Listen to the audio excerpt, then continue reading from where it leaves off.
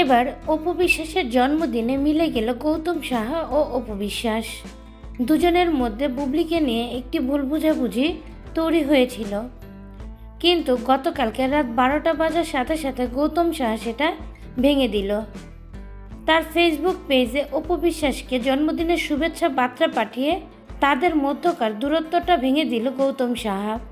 গৌতম সাহা অপু বিশ্বাসকে জন্মদিনে উইশ করে বুঝিয়ে দিল অপু বিশ্বাসকে কতটা ভালোবাসে তিনি। তারপরে সকাল থেকে শুরু হয় অপু বিশ্বাসকে নিয়ে নানা আয়োজন।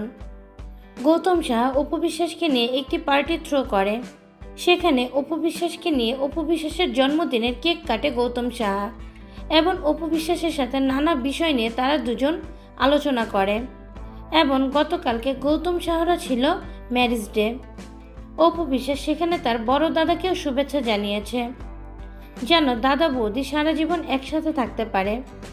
গৌতম সাহা ও অপু বিশ্বাসের সম্পর্ক দুদিনের না, অনেক আগে থেকেই অপু বিশ্বাসের সাথে গৌতম সাহাকে দেখা গিয়েছে।